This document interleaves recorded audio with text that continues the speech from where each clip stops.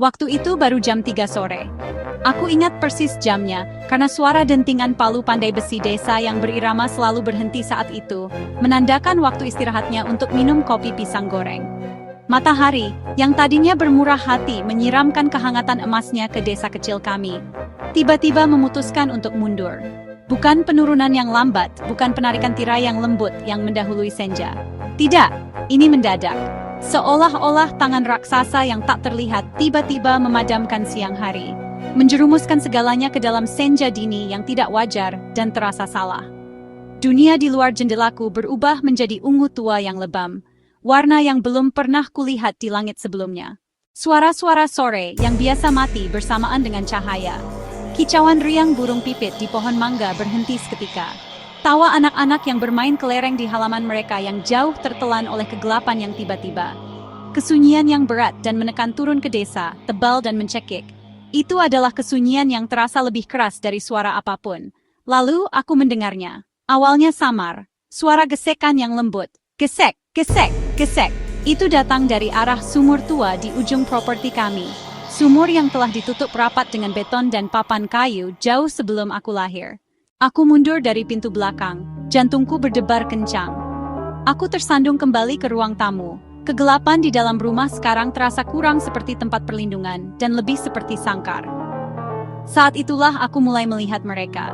Bayangan-bayangan. Awalnya, aku pikir itu hanya mataku yang mempermainkanku. Tapi ini berbeda. Mereka bergerak dengan tujuan yang menentang sumber statis dari cahaya sekitar yang samar.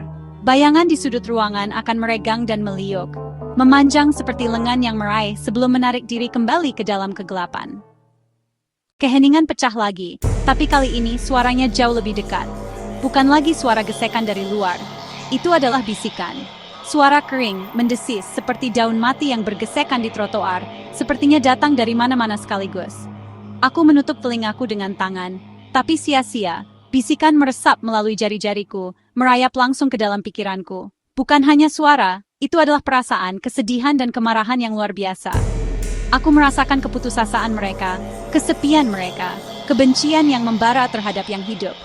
Mereka berbicara tentang terjebak, tentang menunggu dalam kegelapan selama waktu yang sangat-sangat lama. Mereka membisikkan namaku Lina. Mereka mengenalku.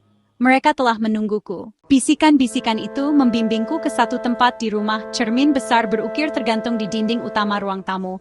Bingkai berukir dengan simbol aneh yang tidak kukenal.